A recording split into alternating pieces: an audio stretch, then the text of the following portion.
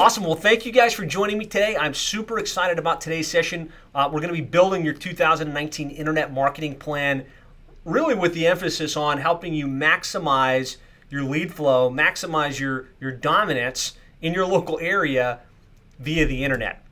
And we've got a lot of stuff we're going to cover, but really what I want to really focus on today is to help make sure you've got clear goals for 2019 as it relates to internet marketing. And really that's just breaking down how many leads you actually need to generate on a monthly basis to hit your annual revenue targets. The three fundamentals to online marketing success, how to optimize your website for conversion here in 2019 and beyond. Of course, the ball is constantly moving, so kudos to you for being on a webinar like this and kind of making sure you've got the latest information.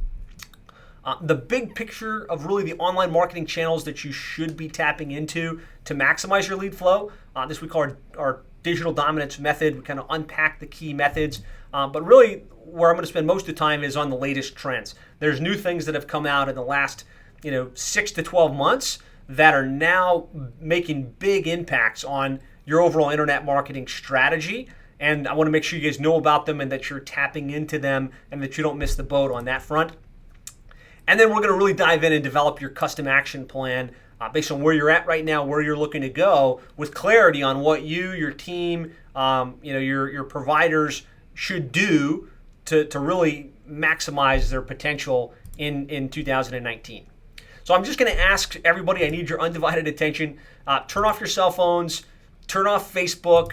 If you're a plumbing or HVAC business owner and you're serious about getting better results in 2019, then the next 60 to 90 minutes really have the potential to change the trajectory of your business going into the new year. I know my tendency is to have multiple screens open and multiple tabs. I know that when I close things down and I just stay in the moment and I focus on what I'm doing right now, I get the best results. So I'd like to ask you guys to do that. Just be here. You've decided to be on this webinar, and in order to get the most out of it, let's just give it your undivided attention.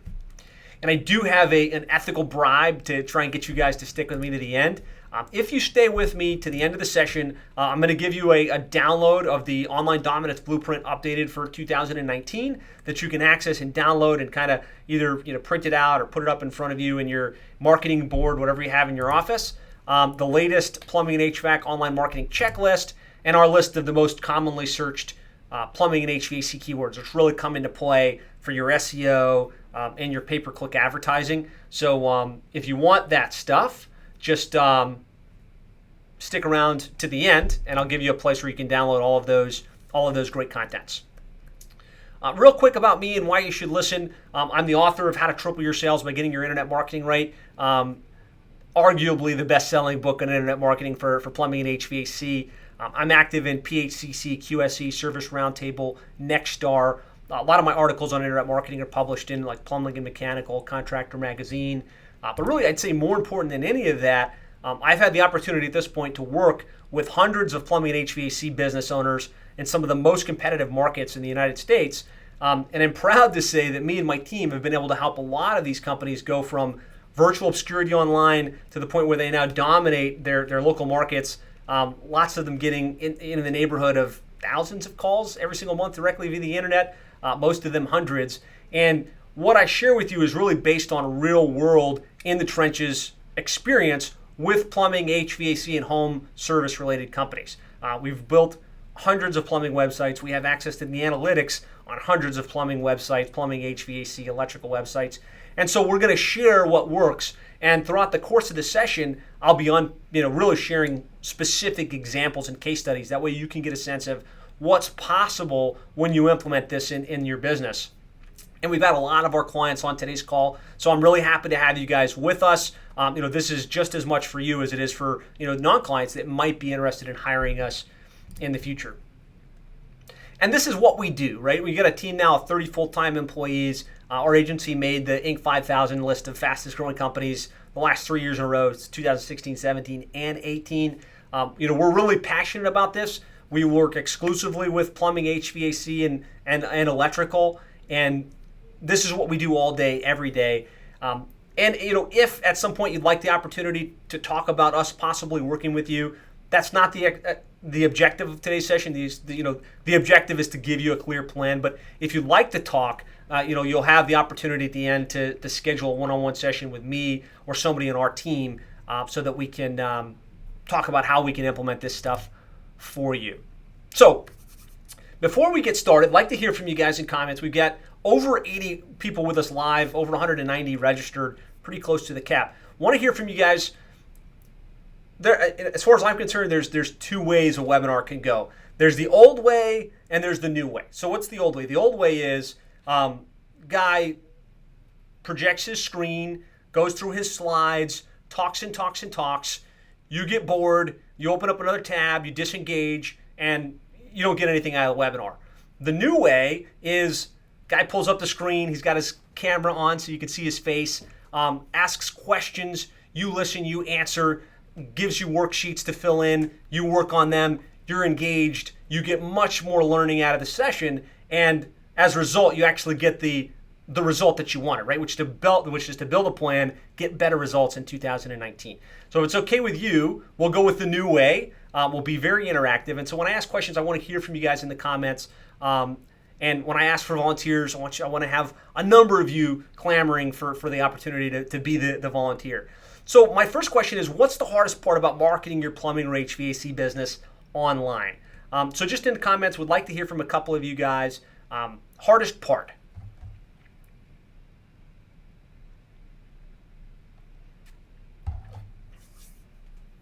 So Pablo says getting steady work. Adam says trolls. I guess you're meaning all of the companies that want to sell you something that don't actually do what they say they're going to do. Pablo says who to trust, who you can really go to that can be relied on. Now we're getting some answers. Getting noticed amongst all the competition. Finding a marketing company that actually can generate results. All the price shoppers that you get. Tracking the ROI. Not really knowing what order in order to do things, in order to build your authority, the proper SEO terms. All right, good. So we got the creative juices flowing. And again, this is what I want from you guys. I want, when I ask a question, lots of answers, lots of engagement, and really that's what we want to get out of today's session. So great stuff. So I want to share an example, and this is probably illustrative to what all of you guys just shared, right? Not knowing who to trust, not knowing what's going to work, the fact that it's constantly changing. And I just want to share an example. One of our clients, Schuler Services, they're based in Allentown, Pennsylvania. It's owned by Greg Joyce. Prior to that, it was owned by his dad, Jim Joyce. And, they had built their business over the years by having a double truck ad in the Yellow Pages, right? Probably not too dissimilar to a lot of you. That's where customers looked when they needed a plumber. And if you had the double truck ad, you were showing up and you got the calls. And they built a really nice $1 million plumbing business, but somewhere around the mid-90s, they noticed it start to trail off a little bit. Like the calls weren't coming in as quickly. The number of leads to keep their guys busy was starting to trail off, and so it really begged the question for Jim and for Greg, where did the customers go? And if they weren't looking at the Yellow Pages, they had to be looking somewhere. And of course, what we know now, and what you guys all know because you're sitting on an internet marketing planning session for 2019, was that the customers shifted to the internet, right? We know 97% of customers and consumers use the internet in some way when they're looking for plumbing, HVAC, electrical, or home-related services, right? And so if that's where the customers went, then we need to figure out how we can own the internet in our area, right? And that's probably what you guys are all after. How can we make sure, just like we used to buy that double truck ad, how can we make sure we're showing up in all the places our customers are looking when they're going online?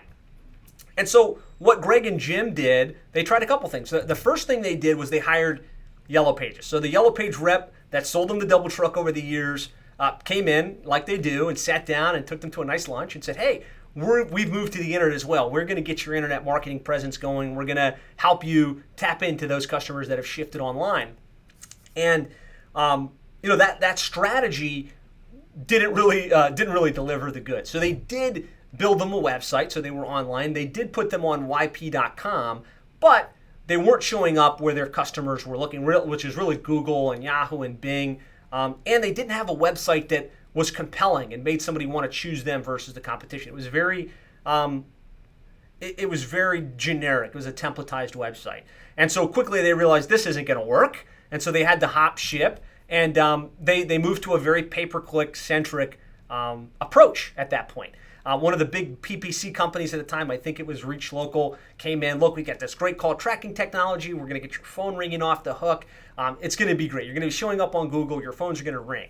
And this strategy actually did work at a limited level. So what Reach Local did was they set up the same site that YP had for them, so it was still very generic. And they also put them in the pay-per-click listings. So they were showing up in paid, but they weren't showing up in organic, where the lion's share of people click. And when they did get to the site, it really didn't make anybody want to choose them versus the competition. And so rapidly they realized no matter what their budget was, it was about enough to cover the expense. So if they did a $2,000 budget, they'd generate about enough to break even on that. If they went to $5,000, they'd generate just about enough to break even on that. And so it was frustrating for them because they're trying to get their internet marketing right. They're trying what they think is going to work, and they kind of bang their head against the wall. And really what was missing in both of these strategies was, first of all, they needed to make sure they were ranking for the most important key terms in their service area, right? So that was the first piece, not just in organic, not just in paid, but in organic and all of the places their customers were looking. And they needed a website, the hub where their customers and prospects landed, was they needed a website that was going to convert visitors into callers at the highest level possible. And so that's what we were able to do, right? We were able to roll out a website that was really built to convert. And this is a case study. I'm talking about the fact that we did it, but I want you guys to get the potential and the strategy behind it. Whether you choose to work with us or not isn't really the key. The key is the strategy. And so what we did was we rolled out a website that was highly personality centric. So it was pictures of the team, pictures of the truck, good branding, lots of messaging about why somebody would want to choose them versus the competition. And then we made sure that website was optimized for the organic results in addition to the paid listings. So we made sure it was showing up in the maps and it was showing up in the organic listings. And there's lots of things you can do to optimize for organic rankings. And as that started to work, and they started to tap into what we call our digital dominance method, which I'll be explaining to you in depth and helping you figure out of these 8 key initiatives, which are the 3 or 4 that are going to have the biggest impact for you going into the new year. We started to roll this out, right? Making sure there was a good website that was built to convert with strong SEO, good copy, good online reviews with a strategy to get online reviews on a consistent basis, showing up in the paid listings where people were looking for them, leveraging retargeted ads so that when somebody got to the website, they started seeing their banner, right? And then came back to their site. Like tapping into some strategic paid online directories like Angie's List and Yelp.com. Tapping into some of the pay-per-lead services, like in today's market, Google local service ads, Home Advisor, not so much, but definitely local service ads. We'll be talking about more of these as we go. And they started to unpack a really strong strategy to connect with their customers, and then also follow up via email marketing, social media, and even some like printed follow-up thank you cards and things like that to really maximize their potential online. And so let's talk a little bit about the results and what's really possible and really why I'm sharing this example in this case study. Well, they went from, after being several years trying to get this stuff down, like 395 visitors per month, on average 27 calls a month via the internet. This is dating back to like 2013. They ended 2015 with an average of 228 calls per month on like 2,000 visitors. But if we fast forward, to current time, and we kind of look at their overall, they're investing about $8,000 a month in online marketing for 449 leads. And you'll notice they come from a variety of places, 158 from organic, 143 from paid search, 136 from Google Maps directly, and 12 from web forms via their website at an average of $18.29 per lead.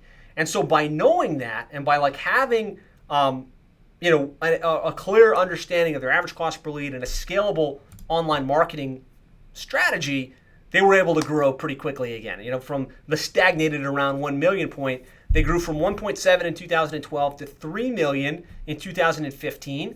They're actually on pace to do 4 million this year. They expanded from 16 guys to 23 guys, and they really have the confidence, and this is probably the most important thing, that they have a scalable and sustainable lead mechanism where they can say, okay, where do we need more leads? Turn up the pay-per-click campaign, turn up the SEO strategy, turn up the Google local service ads, for instance. And so I really want to hear from you guys. What would it mean to you and your business if you could generate 400 plus leads per month and really feel like you have that scalable model? And I do want to hear from you guys in the comments because, when you're clear about your why, right, everything moves so much quicker, and you'll pay more attention and you'll get more value. Chris says we need 60 more calls. Dustin says freedom. Melissa says our service techs would sure be happier because we know they got work coming in on a consistent basis. Daniela says home advisor is awful. Can't disagree too much, but we look at the online dominance method. You want to be tapping into all of the different places your customers are looking when they need your services. So good. This is good. I'm hearing kind of from you guys what your why is, knowing your numbers, better sustainability. Craig says, "What's up, Craig? Launching a new division and we need to be able to generate calls for that." Knowing the tech conversion rates, awesome. Cool. So this gives us a great sense of here's a case study, here's what's possible, and now let's kind of dive into it. So again, I've got a great workshop for today's session. I'd love to have you guys have this open on the side tab or printed. It's been updated for 2019. Very nice little document, help you get the most out of it. Pay no attention to the one I have printed because this is from last year, but there's an updated version that I want you guys all to download and to dive into.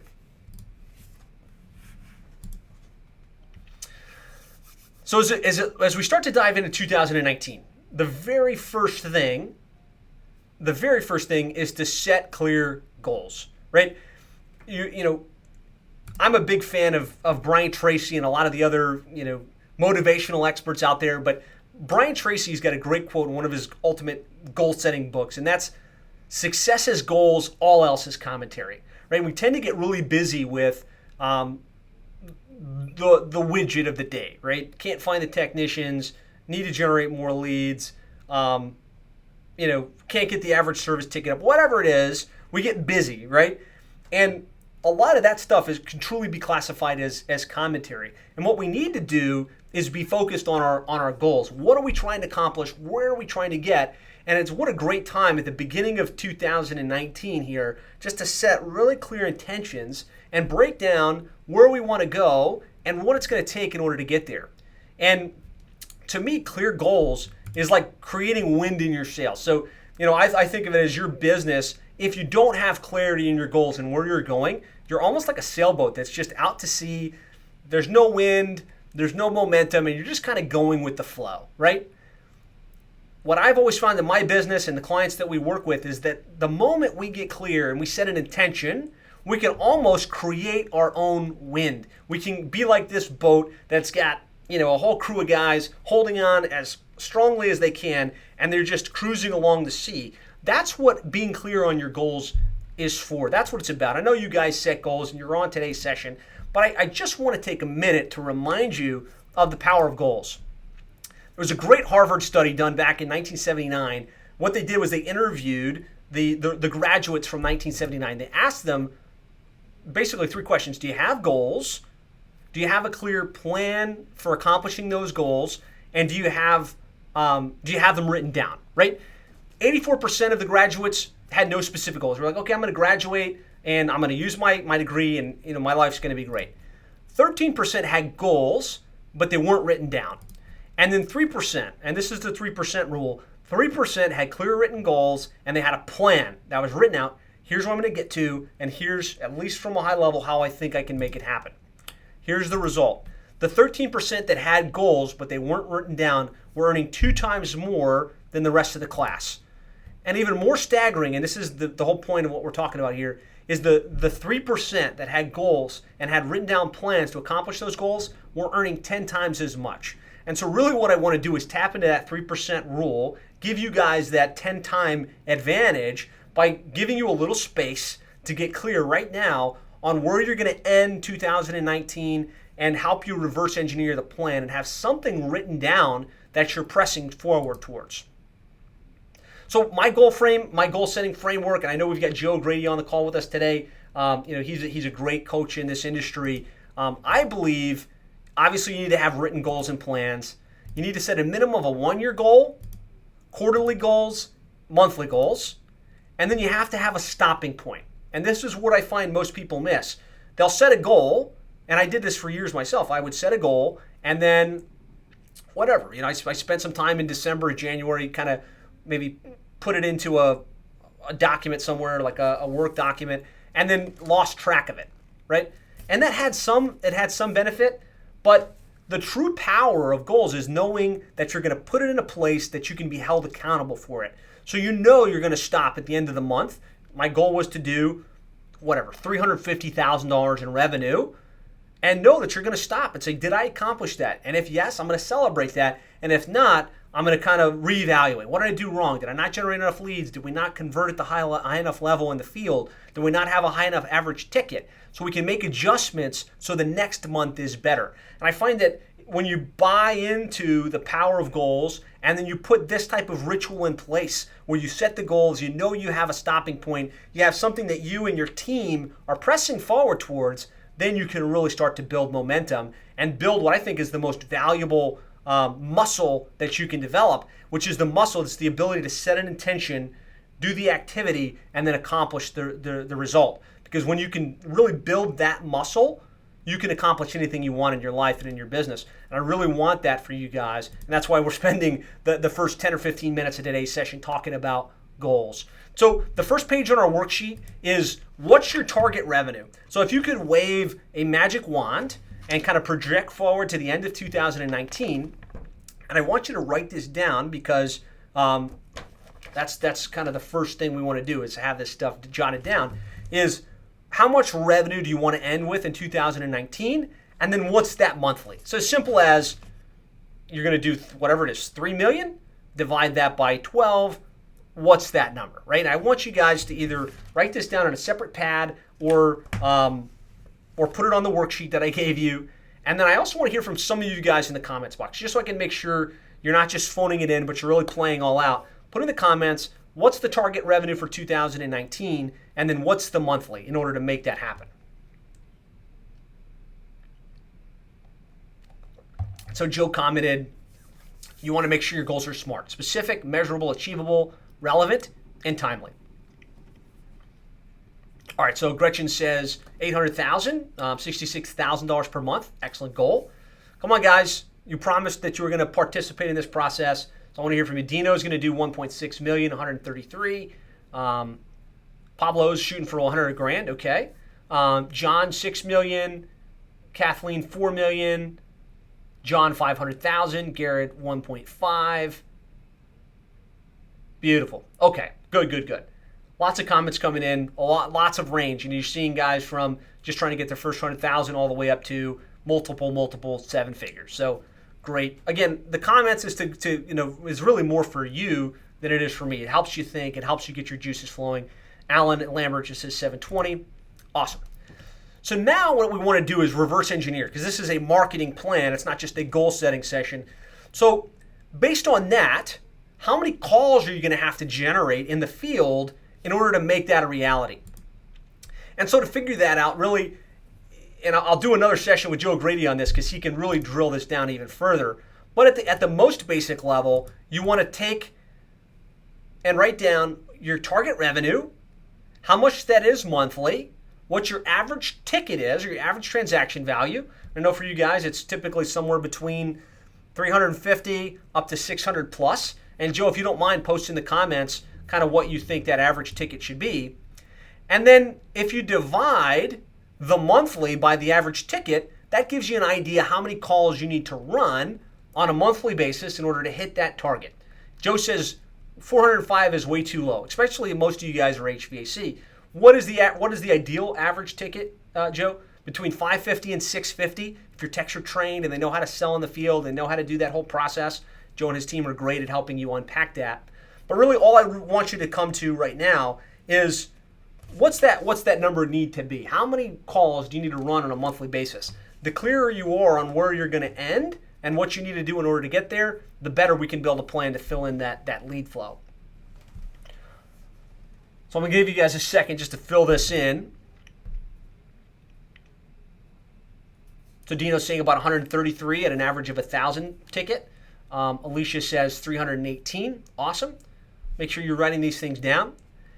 And then, you want to figure out what your average conversion ratio is and divide that by your target number of calls. And that's how many leads, at least on the surface, how many leads we need to generate. Because when you're clear about the number of leads you need to generate, then we can reverse engineer, okay, how do we fill the pipeline? How do we get the phone ringing at that level? How do we generate that number of leads so that you can actually hit that revenue target? So let's just say your average conversion rate from caller to book call is 55%, and you need 308 calls. That would you need 560 leads per month to hit your target. It's different for everybody. Your average transaction value, your average conversion rate is going to be different. I just want you to do this math so that you can put it up on the board and say, okay, this is where we need to go. And Joe's saying 55% sucks. Hey, get with Joe Grady. Joe, type your contact details in here. He's got a great training on how to set these KPIs, how to hold yourself accountable, how to improve your close rate, how to improve your average ticket. Joe, I asked you to run this part of the session. I'm not sure how you're on because you said you couldn't, but glad to have you with us. Okay. So again, the main thing, we talked about the Harvard study, the importance of goals, how it gives you the ability to create your own momentum. We talked a little bit about the goals and really how many leads you need to generate in order to make that happen. So just from a high level, in the comments box, let me know, goal for 2019 and how many leads do you need to generate in order to get there?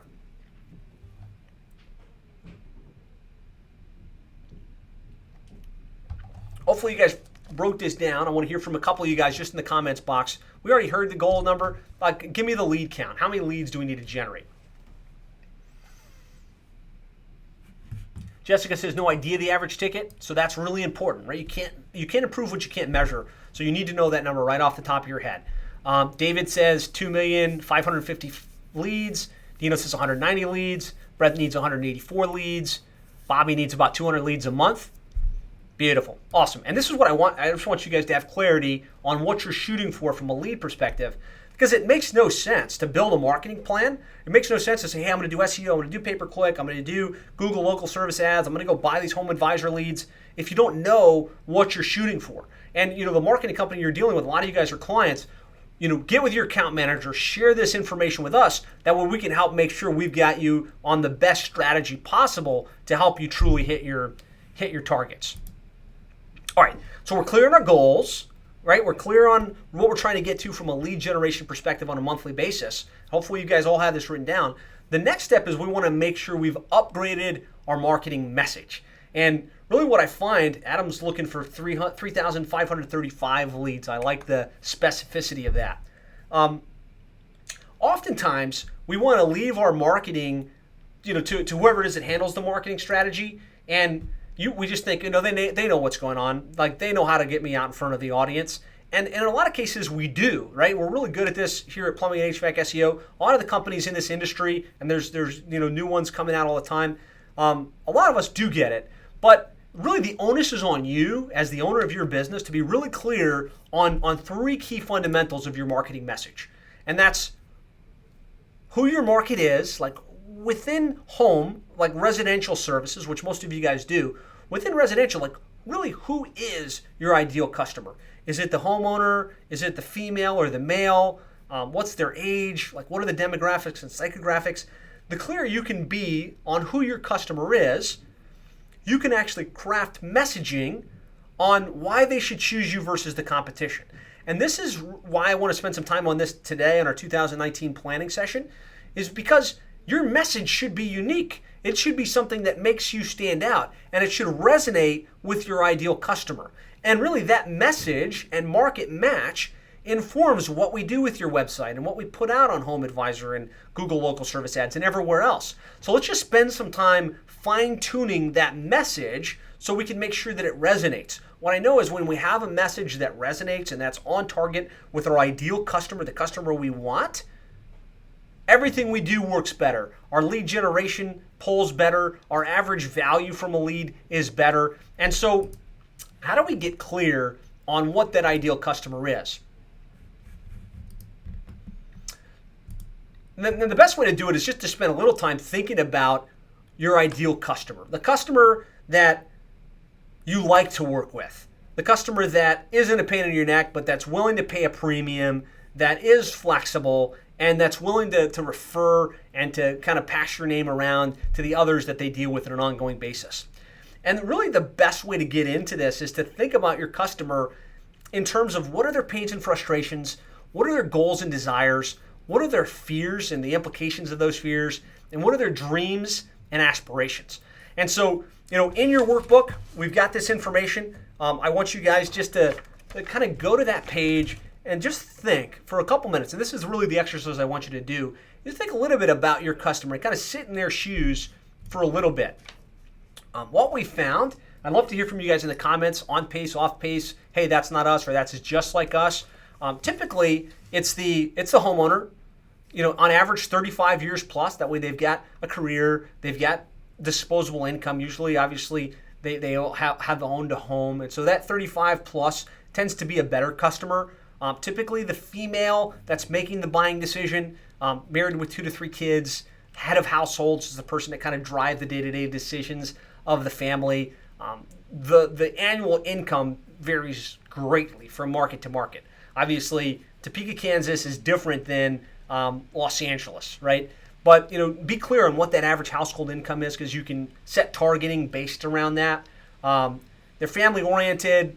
They're easily frustrated. They like to please people and expect the same in return. Just think about what are some of the aspects of your typical customer. I'd love to hear from you guys in the comments box. That part's useful. But then also thinking about their fears and frustrations, right? And this is really when you can start to craft messaging that resonates with your customers, because let's just face it, their plumbing or HVAC or electrical isn't working. And this is really where you can start to bridge the gap. They can't get a company on the phone, right? You guys run plumbing HVAC companies. You don't experience this all the time, but as a homeowner, and having plumbing issues right here in South Florida, if we go and we run a search, my wife and I, and we're looking for a plumber, a lot of times they don't answer their phone, right? They're not willing to come out the same day. And so it's really annoying. You just want to get it done. They want the plumbing issue resolved. They're too busy to deal with it. And they're a little worried, is this going to be a bigger problem than it seems on the surface? So, getting clear on what their pains and frustrations are, and then drilling down on the fears. They're afraid they're going to get ripped off. They're going to pay too much for something that they could have gotten somewhere else. Having somebody come in that's maybe cheap, that damages their home. The biggest fear, and we've kind of split tested this, we've researched it, is having to wait around for the plumbing or HVAC person to show up. Believe it or not, your busy customer, your ideal customer, their biggest thing is they don't want to waste time. They don't want to call out of work that day or cancel the meeting so that they can be available for the plumber and then have the plumbing or HVAC guy not show up. So their biggest concern is being inconvenienced, and then also a little bit worried about paying too much and having to pay a bill that's completely unnecessary. And then, from a goals and desires perspective, right? They just want the plumbing fixed. They want to be able to get it done and not have to worry about it, check it off the list, and know that they've taken care of the situation and move on with their lives. So I'd love to hear from you guys, fears, implications, goals, and desires. What is it for you that you found really, really, is the true thing that your customer wants? Because I know this, if we can see Joe Jones through Joe Jones' eyes, then we can sell what Joe Jones buys. And it's worth retooling this, rethinking about it on at least an annual basis, because that messaging and that clarity of who our customer is informs how we write the content for our website, how we write our social posts, the types of TV ads that we run, the types of YouTube video ads that we run, right? Being clear can really change all of that. So good, we're getting some good feedback in here. Catherine says fast, reliable, honest service, great. David says not being overcharged. Dino says options and trust from quality workmanship. Marilyn says quick service without unnecessary repairs. I like it. So just being crystal clear on that market message media, we can start to develop good messaging, right? And I want you guys to really think about this. why should somebody choose to do business with you versus the competition, right? It shouldn't be the obvious stuff, and it should really be based on, what it is about your company that's different. If you can find the point of difference, that's really where you can get a massive bump in how well your marketing converts. And then what benefit do you offer to your target avatar that's going to resonate? And you guys posted a couple of these. What we're finding works best, just make sure you're hitting these hot buttons, right? The more you can hit these hot buttons when they're on your website and when they're reading your social updates, the better. So same-day service or emergency service or 24-hour service or on-time service, right? That speaks to the I don't want to be inconvenienced. Straightforward pricing, upfront pricing or satisfaction guarantee. Take the risk off of me, make me feel confident you're not going to rip me off. And then trustworthy technicians, trusted technicians or experience. And then we can really start to, really craft, the reason why. Fast same-day service, money-saving offers, 24 hours a day with no overtime charge, clean-cut technicians that will leave your house cleaner than when they left it, and great service, right? And this is the kind of messaging that we want to be able to use and be able to resonate with to make ourselves stand out. So hopefully this was useful, just kind of recap what's the message, kind of tune that up. And I would love to hear you guys in the comments, like what is it that your unique message is? I've seen a couple. David says, we're diverse, offering 3 mechanical, plumbing, HVAC, and electrical. Mike's saying, how can you help us with Google local service ads? Is that something we work with you directly for? That's something we can definitely help you with if you're a client. If not, we can help point you in the right direction. The cost is paid directly to Google. We just help to facilitate that for you. Nicole, customers are number one, 24-hour service. Therefore, our customers. Melissa, 24-hour customer service locally in Edmonton. Awesome. So yeah, just tighten that up. Dino says no fix or no pay. Kevin says lifetime furnace guarantee. That's powerful. That kind of makes you stand out versus the competition. All right, so we've set our goals and our targets. We've gotten clear on our message so we can make sure everything we put out resonates. The next really important thing is to make sure that your website, your hub, is built to convert. The fact is all of the marketing that you do offline and online leads back to your website. Whether it's from radio ads, TV ads, billboard ads, your trucks that are out in the field, your ad that's in the local flyer or the local circular at the church, your SEO, your pay-per-click, it all points to the website. And if your website isn't built to convert at the highest level possible, you're going to be leaving money on the table, right? And so that's why every year we come back to this whole topic. How do we make sure our website is optimized to convert at the highest level possible? And so, Kevin, I'm glad you just chimed in because we're going to use your website as an example of what I think is a great example of a website that's truly built to convert. And so we're gonna pull this up. I'm going to kind of talk through it, and I'd love to hear from you guys that want to be an example. So start thinking about your being the example.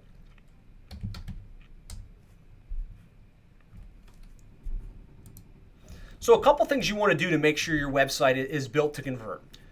The first, and I think one of the most powerful, is to make sure that you're tapping into authenticity. Right? I showed you the Schuler Services website where we had a picture of the team and a picture of the owner. Same thing here on landings. We got a picture of the owner front and center.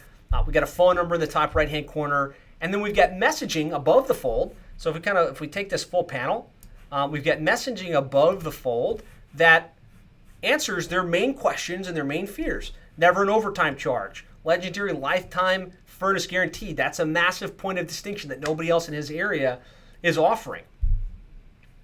Free second opinions, right? So we've gotten straight to the point. Phone number in the top right-hand corner, when we're available for service, talking about our online reputation, never an overtime charge. This is all within the main panel, and the ability to engage with somebody in chat. And this is like a massive trend we're going to be talking about on today's session. But the fact is your customer is less and less interested in having a conversation with you on the phone than they were in the past, right? Eventually, they're going to have to talk to somebody to get scheduled. I believe there's a shift, and apps like Service Titan and House Call Pro are trying to make it so that people can schedule right into your system without having to talk to you. I think that's right on the cusp of being a massive change in what you need to do to make sure your website is built to convert. But for now, if you can start a conversation via chat, you can reduce the resistance to talk to somebody. And so having a chat box like this, we found to be a massive driver of conversion. And this is powered by Home Service Chats. We do a lot of business with them. We find that they're experts in the plumbing and HVAC space, so they understand the verbiage, they understand the struggles your customers are having, and they can engage at a different level than like an outsourced chat from India or something like that. So I highly recommend Home Service Chats for bumping your conversion rate.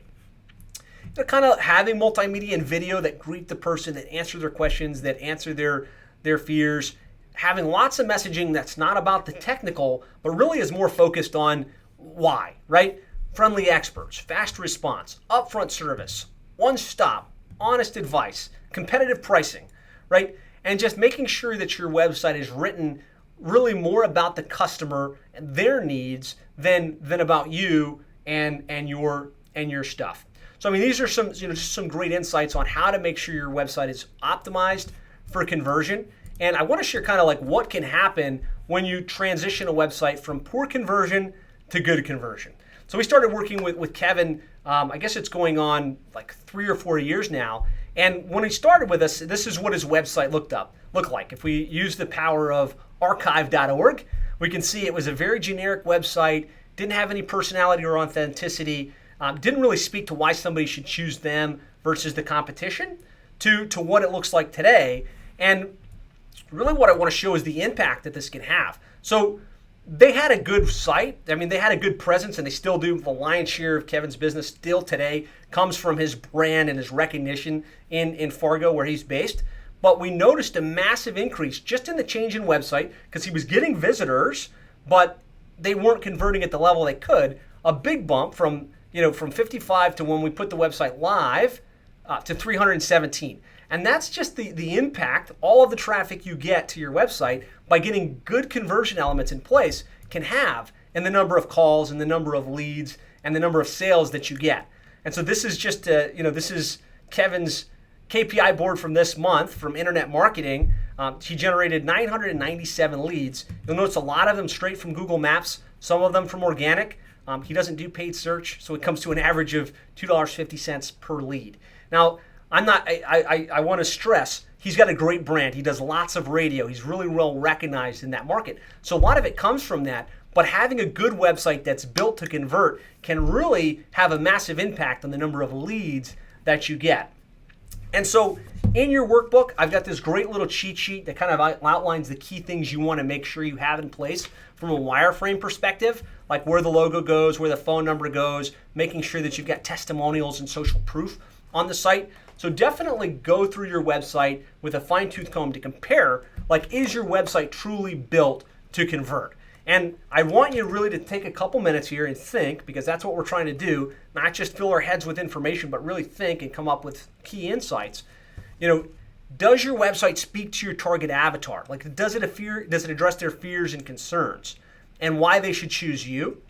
Does it have real authentic imagery? So that's pictures of your team, pictures of your staff, multimedia, like either you or the team or somebody on the team speaking to them, welcoming them to the website and explaining that in a multimedia way. I like to see a welcome video for each of the services, a video explaining clearly why they should choose you versus the competition.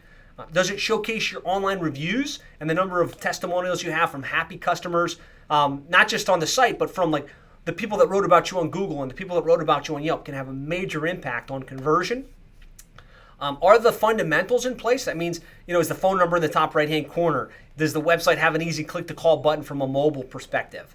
And are you leveraging chat, which is just a great way to improve the conversion rate? We find that for the number of visitors coming from a website without chat, it can increase your conversion by up to 30%. So 30% more leads just by having that chat box and giving people the opportunity to engage via text, as opposed to having to call, especially for the first interaction. So I want to use a couple of you guys as guinea pigs. I'll pull up your website. We'll kind of look at it through the lens of what we just talked about and help you identify what are the key things you should do in order to improve your conversion rate. All right, lots of people volunteering. I love it. I'm going to do Andrew's Heat and Cool. And all right, so I think this looks super professional. This is Andrew's Heating and Cooling. Where are you based? In Rock Hill, South Carolina. And it looks like to me like a pretty nice site. Phone number in the top right-hand corner, professional logo, honesty, dependability, trust, kind of speaking to why somebody should choose you versus the competition. The one thing that stands out to me, and of course, hopefully this is instructive for all of you as you look at this, is that this is it's kind of a stock image, right? And this is a friendly family, kids looking at the mom, but it's not authentic, right? There's real people behind your company, your team. People want to do business with people they know, like, and trust. So I would say, having this hero image be your team, that way they can know, like, and trust you, would improve conversion. I've seen it time and time again. We do have the picture, I guess, of you guys down here. Love to see some more of you guys up here. Let's see. So kind of text heavy here. We do have an ability to fill out an online form. We do have some reviews scrolling across. So I'd say it's pretty good. A couple things that you can +1 this. A little more personality and authenticity. Click to call video, like a click video where they can hear, hey, welcome to the website. We're a full service, blah, blah, blah. This is why people choose us. Like that's pretty engaging on a plumbing and HVAC website. And then having a chat function where somebody can engage with you, get their questions answered, and kind of start that conversation can really help with conversion. So hopefully that was helpful. Thank you for reviewing your website, or for letting us review your website. I'm going to do a plumbing one, and then we're going to move forward. We got tons of people putting themselves in here, and I appreciate you doing that. Christian, our Director of Business Development, is on the call. If you could, Christian, just grab all of these websites. If we don't reference you on the live session, we'll follow up with you, and we'll do something right away to help you at least get some suggestions on how to make your website potentially convert better. All right, so this is Trinity Home Services in Louisiana. I thought it was a plumbing company, but that's fine. So we got a logo in the top right-hand corner. We got a lot going on up here. I mean, to me, we want to keep the above the fold as I think this looks awesome. So I'm not disparaging anything. I think we want to keep it clean. So when we have tons of logos up here, like what's the benefit for you as the plumbing HVAC contractor to get them to click on your Facebook and stuff like that? I would say bring that down the fold. Your address isn't nearly as important to your clients as your phone number or the link. So I think some of this stuff might be gumming up the works a little bit. It's a cleaner. Just get your phone number in the top right-hand corner, get your logo. Can really help. I think obviously this is an image of maybe downtown, which is cool. But my stance, I think you'd be better served to have a picture of your team. That way they get to know the people behind the operation. So we got some special offers and incentives. The other thing I'll point out, and this is hopefully for everybody to learn, not just you specifically, like above the fold here, we're not speaking about why somebody should choose Trinity versus the competition. We're talking about your services, electrical, heating, generators. Love it, like some kind of headline, same-day service, the best guarantee in the industry. Something about why me, as a homeowner, should contact and do business with you. We talk about the services. So, I mean, again, it looks good. I would want to see some multimedia, like a video of the owner welcoming. I'd like to see a little bit more personality here, maybe pictures of the team, pictures of the staff, some messaging that speaks specifically to why somebody should choose you versus the competition. And then I would say definitely some type of chat function where somebody can start that conversation. Hopefully that was helpful. Well, lots of comments. I wish I could read all of this stuff. I just don't want to stop the flow of the session. I will go back and read all of these comments and questions after the fact. A lot of you guys volunteered your sites. I appreciate your willingness to do that, but I don't want to spend too much time. But hopefully this was helpful. So what I want you guys to do is spend a couple minutes and just reflect. What are 3 conversion elements that you will implement on your website? And I talked about a lot, but at a minimum, maybe it's adding some more personality and authenticity. Maybe it's adding chat. Maybe it's just making sure you have that phone number in the top right-hand corner. Maybe it's making your online reviews and testimonials more prominent. So I want to hear from a handful of you guys in chat. I want you to write this down, because otherwise what's the point of even being on the session? Like, what 3 things will you implement to make sure your hub can convert at the highest level possible?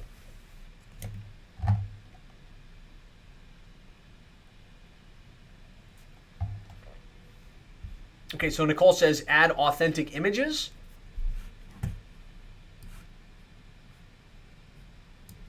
Nicole says Catherine says I really like the idea of authentic photos. Stephanie says make it more personal, add the chat, more reviews, more prominent. Company photos, videos. Awesome. Great. You guys are getting it. You're writing this down. I love it. Key takeaways. Was there anything from that section on conversion that kind of stood out to you, or like something you learned, something you noticed, or something you'd like to share that the rest of the group can kind of kind of bring back to the top, so to speak, because we did go through a lot. Nicole says I've got everything but the chat and some personal messaging. Awesome. That'll go a long way. Trust me. If you're already doing some online marketing, add the chat function. It's going to give you more leads and more conversions. Bobby says emphasizing local. Matt says chat, authenticity, and videos. Catherine says she'd like to emphasize the focus on recent reviews on the website, so having it not just reviews you got back in 1992, but like the more recent reviews will help with conversion. Marilyn says making sure the website's not too text heavy. Joe says stock photos, no bueno, authenticity is key. Awesome. So we had a great conversation around making sure your hub is built well, because again, we can drive more traffic, right? We can drive more SEO, we can drive more paid search, but if the website doesn't convert, we're not going to be getting the result out of it that we should. So that's why we spent that time on that. Step 3 is to make sure we know our KPIs, especially as it relates to our marketing KPIs, which we all know a KPI is a key performance indicator. So the main things I suggest you have in place, no sense doing any online marketing if you don't have call tracking in place, where you can see, for your efforts, how many calls came in, right? Make sure that you are able to see what your average cost per lead generated is, or your average cost per call, because it needs to be within a manageable level, either from paid search or from SEO or from whatever online marketing you're doing. And once you know, okay, this is my average cost per lead, this is my average ticket, this is my average lifetime customer value, and that cost per lead is ROI positive, then you can scale it up. To the extent that you don't know that number, you're always going to be afraid that you're spending too much. You're like, oh man, I'm spending like $5,000 a month. That's crazy talk. But if you can spend that $5,000, you can generate enough leads to be positive ROI. That's where you need to be. But you need to have this type of basic KPI in place where you can see, and this is our KPI board, something that you can look at and say, okay, I want to make sure I have something similar to this. How much did I spend? And this would be management fees from a company like ours, pay-per-click spend, Facebook ad spend. Like, what's your total investment? And then how many leads came in? And that should be aggregated from, SEO, from pay-per-click, from whatever source it is. So total number of leads, and then an average cost per lead. Hey Joe, if you're still with us and you're still listening, like, what are good barometers? Like, what's a ideal target cost per lead? Obviously, you want it as low as possible, but what's an ideal cost per lead for plumbing and for HVAC? And really, if you can get it at that level or less, it means you should really be able to generate leads and sales and grow from. We'd love to hear from you on that, Joe, if you're still with us. And then you want to be able to tell where the leads came from, right? So how many came from organic? How many came from pay-per-click? How many came from Google Maps? How many came from web forms? Joe's saying plumbing between $28 and $75. So if you get a $75 or less cost per lead, you're doing pretty good. How about HVAC? Like most of the companies on here is HVAC. So 55 to 125 on HVAC.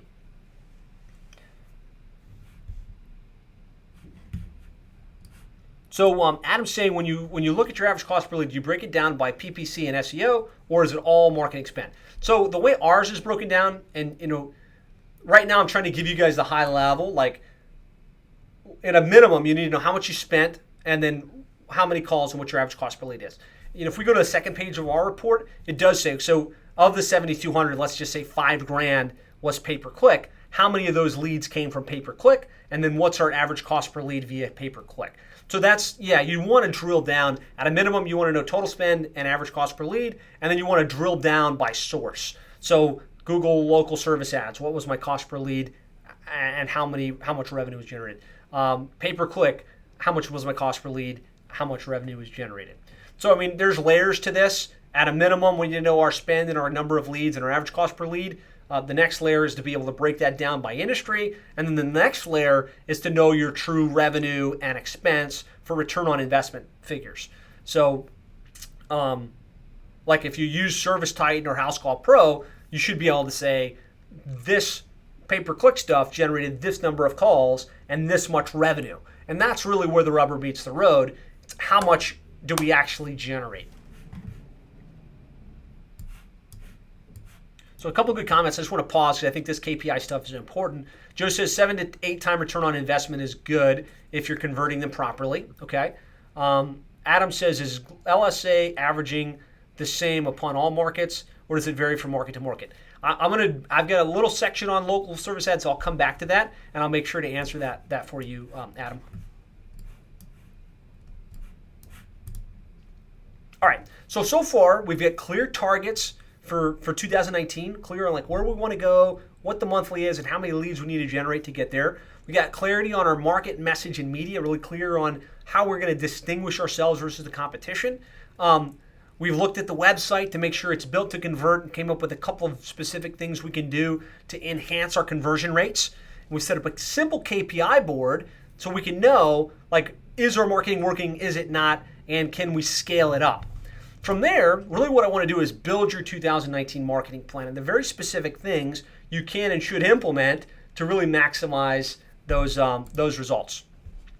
And so this is what we call our digital dominance method, and we've updated it for 2019. And I'm just going to kind of breeze through this. It's in your workbook. I'm going to send it to you for those of you that stick around till the end. But ultimately, we've talked about having a good website. I really believe it starts with SEO, right? The lion's share of the leads and calls that our customers and prospects get come from organic. They're the lowest cost per lead. They tend to be the highest quality. So you want to make sure you've got a good organic strategy that gets you ranked for the most important keywords in your area. And it's not just plumber and it's not just AC repair, but it's thinking about all of the different services that you provide. And in order to do that, there's things you need to do on your website, right? You need to have pages for each of your services, pages for the cities that you operate in, and you need to be building links, citations, authority, and online reviews on a very consistent basis. So if you don't have us or somebody highly focused on that for you, this might be something that you need to focus on. The second is paid search. Again, you want to show up in all of the places where your customers are looking. And to me, pay-per-click and local service ads kind of go in tandem, right? You want to make sure that you're showing up in the paid listings and you've got clarity on what your cost per lead via paid is, and that you're maximizing the number of leads that can come through local service ads. I'm going to dive into that in more depth and answer some questions along that. But you can't just do SEO. Now, a lot of times, and we look at the evolution of our company as an SEO company initially, a lot of clients just wanted SEO. And it's like, okay, that's all I want to do. I want to like run my business via SEO. We tend to find we can get to like $1 million to $1.5 million if we just do SEO. But if we want to get to the next level, we really want to maximize our lead flow, we need to be leveraging paid search as well. So I think that the combination of SEO and pay-per-click with a scalable budget to meet your lead flow demands is a great combination. The other piece, which is labeled as number 3 here in our online dominance blueprint, is what we call retargeting. And that's, we know that a certain percentage of the people that get to the website are looking for our services, they're interested in what they do and what we do, but they don't convert. And it's usually something like 80%, 85% of the people that get to your site don't call in, they don't start a chat, they don't submit a web form. So retargeting gives us the ability to remain top of mind with them over the next 90 days. So especially when it comes to our higher ticket stuff, not our emergency services, but like remodeling, installing a new HVAC or plumbing or system, repiping a home, installing a new water heater. We want to stay top of mind with them because not all of them buy right away. And so putting retargeting in place lets us serve banner ads just to those people that got to your website and bring them back. We know they're twice as likely to become a prospect or a customer if we can get them back to the website a second time. Being in the paid online directories, this varies on a market by market basis. Number 4 here, tapping into Yelp, tapping into YP.com, tapping into Angie's List, looking at like some of the things like Nextdoor that are becoming more and more popular. You want to experiment with this because we want to show up at all the places that our customers are looking, and some of them go straight to Angie's List still, or some of them go straight to Yelp. Now, some of you say you hate these channels, and I get it, I hear you, but you want to know that they're there. You want to have your tracking mechanisms in place, and if you're generating an ROI, then it makes sense to be in some of these channels. Leveraging email marketing. All of you guys should have a database with the names and emails of all your customers, all of your prospects, and you should be touching them at least once a month via email to generate top-of-mind awareness, to drive more repeat and referral business. It's the cheapest way to remain top of mind and to really drive more activity. Pay-per-lead services, this is way down on my totem pole in terms of what you should focus on. Other than local service ads, which I do believe is a must for just about everybody where it's active. But like local home services, eLocal plumber, networks, there's lots of pay-per-lead mechanisms. We find that they're the lowest return on investment lead that you can generate, the lowest quality, but they give us volume. And if you've got a good sales process, you've got somebody aggressive on the phone following up and answering and closing deals, they can be a great way to keep the trucks running if there's a lull in activity. There's social media advertising, which is becoming more and more popular, which is like strategically targeting your customer demographic on Facebook or YouTube, setting them as a target and then advertising to them. I believe this is probably the last thing most of you should look at, right? Number 7, there's a play for it, but SEO, pay-per-click, retargeting, pay-per-lead services are much better ways to go at this point. And then number 8 is just don't forget having some type of follow-up mechanism that sends a thank you card to your customer, puts something physical in their hands after the service call. It goes a long way to generate more repeat and referral business. So this is the plan. I really want to kind of unpack the biggest trends of 2019 along these lines, just to emphasize some of the big things that are coming you need to be aware of, you need to be paying attention to, that will impact your results in going into 2019 and beyond. So the first is Google local service ads, and there's already been some chat about that. I'm going to unpack it. The shift from people wanting to call into you to wanting to message you and or schedule right through your website. And then the need to kind of be more all in with various advertising mechanisms. So I'll kind of go from the bottom up on this because I'm going to spend more time on local service ads than the others. Being all in on the various channels, you can't just do SEO anymore. There was a time because SEO results showed up so prominently, you could just do SEO, and if you ranked, it generated enough leads and calls to keep your techs busy. Google's changed the game. They've got local service ads at the top. They've still got pay-per-click listings. Then they've got the maps and the organics.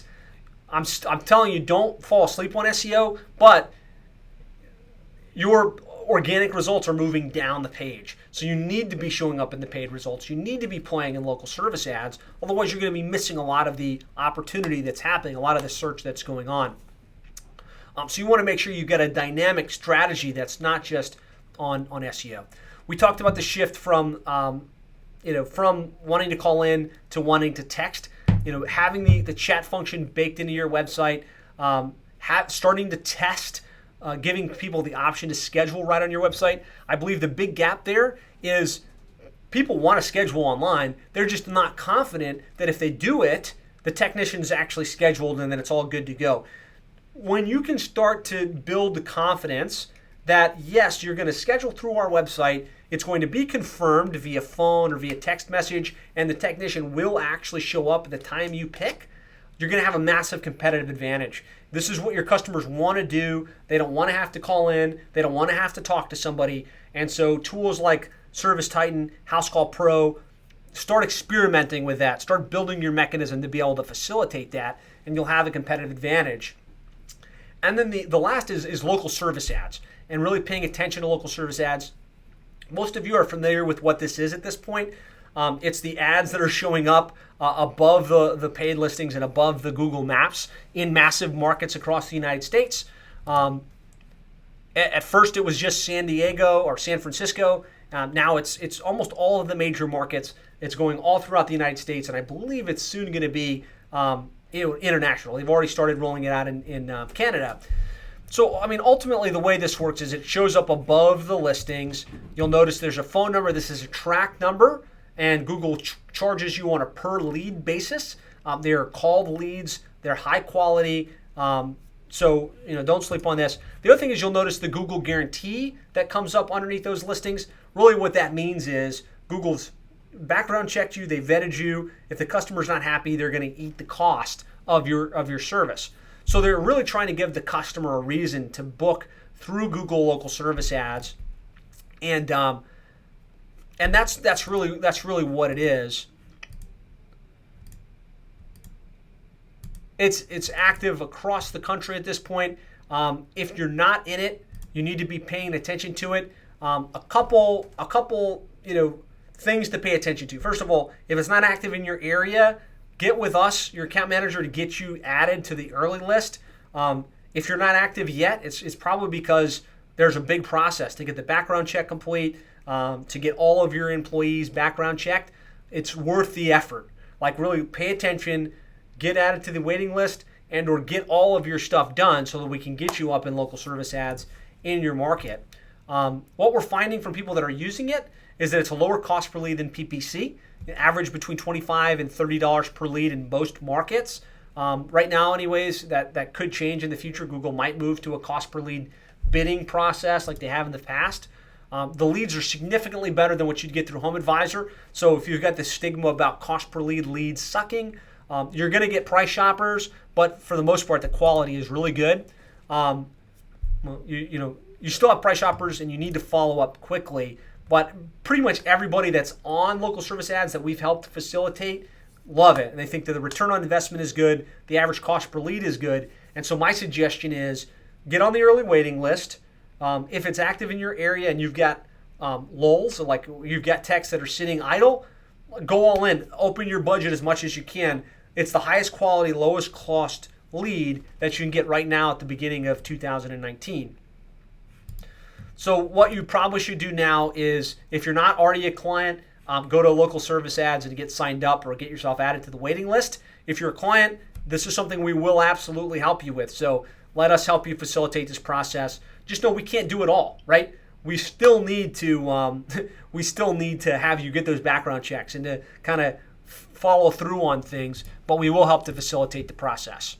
And then make sure you're gauging the return on investment. You can put your call tracking number to ring to a specific line in Service Titan, or just kind of track it whatever way makes most sense to you. But make sure you're tracking, and then make sure that you use the platform. So this is like something most people don't realize, and that's why I wanted to add it to today's session. When you get a lead through local service ads, Google gives you an app to close the loop. You answered it, you either sold it or you didn't, and they want you to close that out inside the system. Your ranking in the local service ads, outside of just spending more, is going to be based on how responsive you are to the leads through the platform and how many online reviews you have, both on Google and inside local service ads specifically. So, be super responsive inside the platform. Give Google the data to know this was a lead, this was a garbage lead, this one closed, this one didn't. That's going to give you a competitive advantage versus the competition. And then play the game while it makes sense from an ROI perspective. Return on investment is the name of the game. If for some reason the lead quality starts to drop, if for some reason Google starts to increase the cost per lead, you just got to manage that and make sure it makes sense. Right now, as it rolls out in new markets and you happen to be one of the first guys in, you have a massive competitive advantage. Now, I can't go super deep on this today. I've got a whole hour-long presentation on local service ads, but I do have this guide that our team developed. If you go to localserviceads.net, plumberseo.net/local services, it's a great guide. It's about 15 pages and really outlines how it works, what you need to do, how to pay attention to it, all of that fun stuff. So what's your plan for 2019? So I really want you to just kind of map out of all of this stuff, what are 3 things that you'll execute? Are you going to dive into local service ads? Are you going to start paying more attention to pay-per-click advertising? Are you going to maybe start to do email marketing? lots of options. I want you to like kind of pick the ones that you're going to focus on. And while you're working that out, lots of comments came in. Alicia says, how do we set a meeting with you? You can just put in the comments your contact details and we'll follow up. I'm also going to give you a link to a schedule page. Adam says, is the price per lead the same across all markets?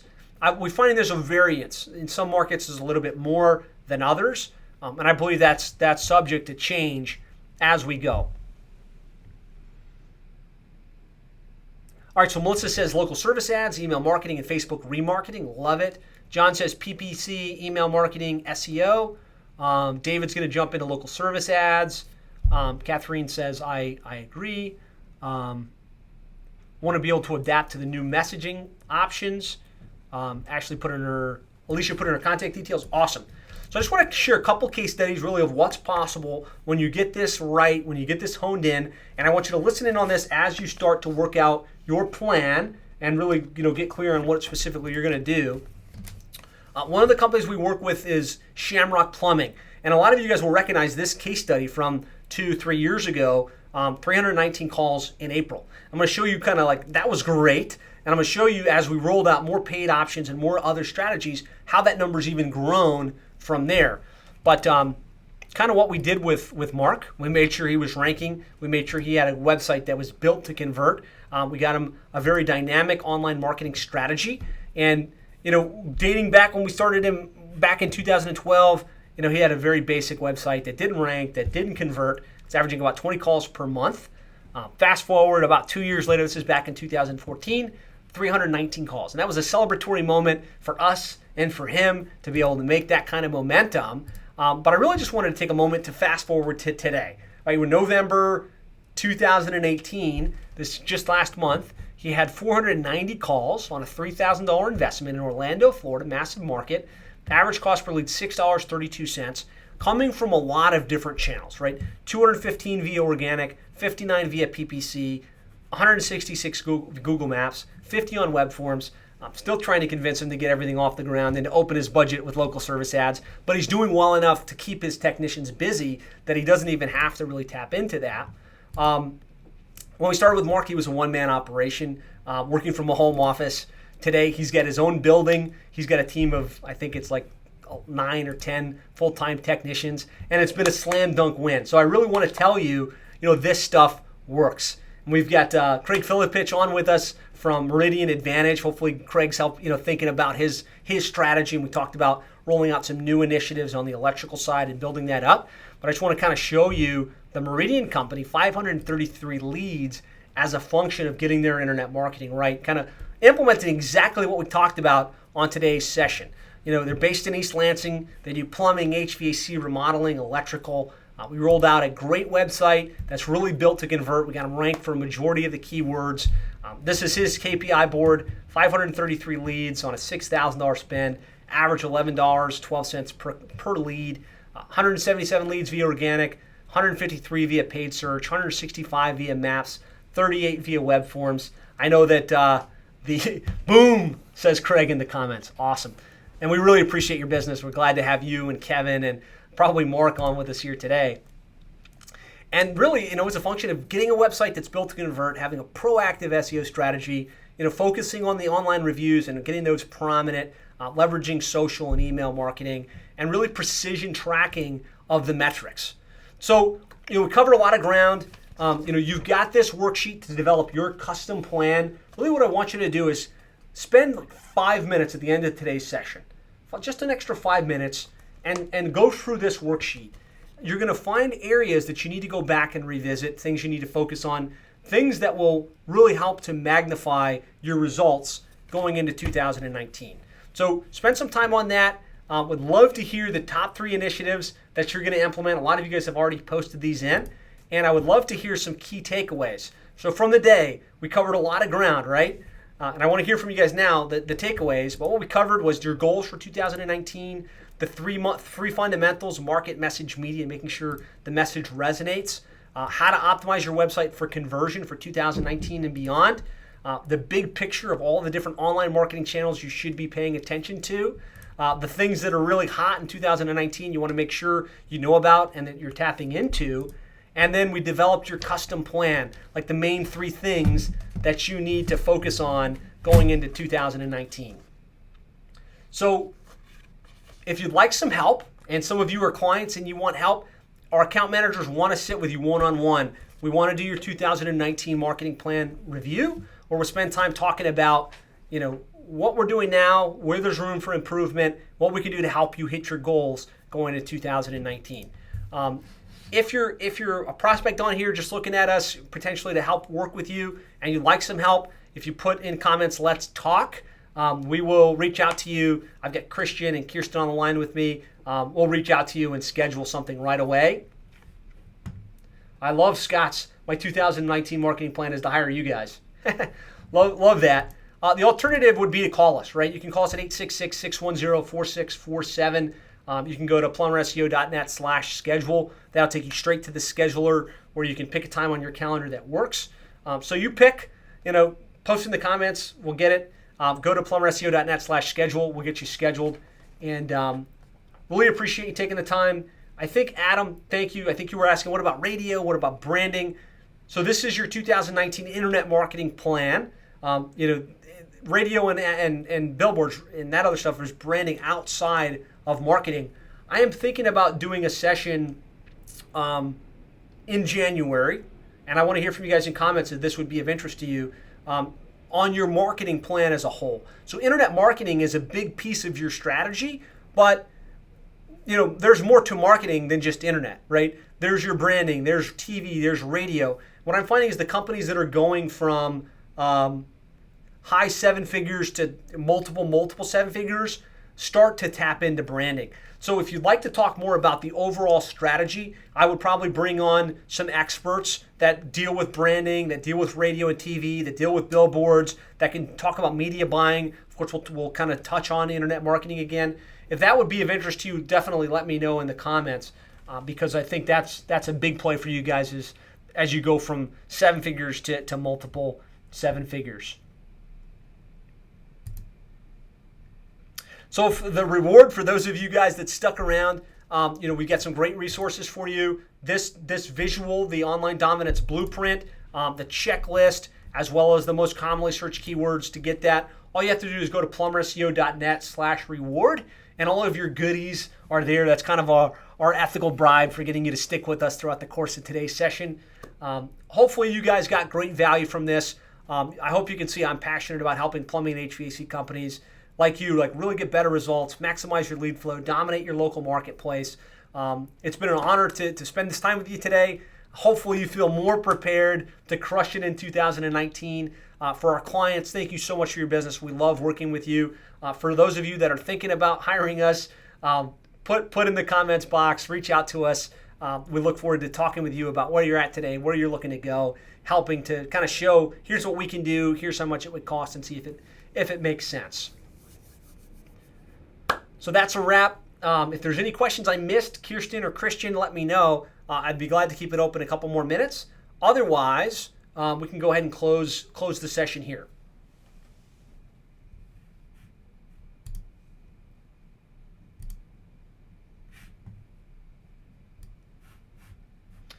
All right, guys. Thanks for your time. Have a great holiday, and we'll talk to you again soon.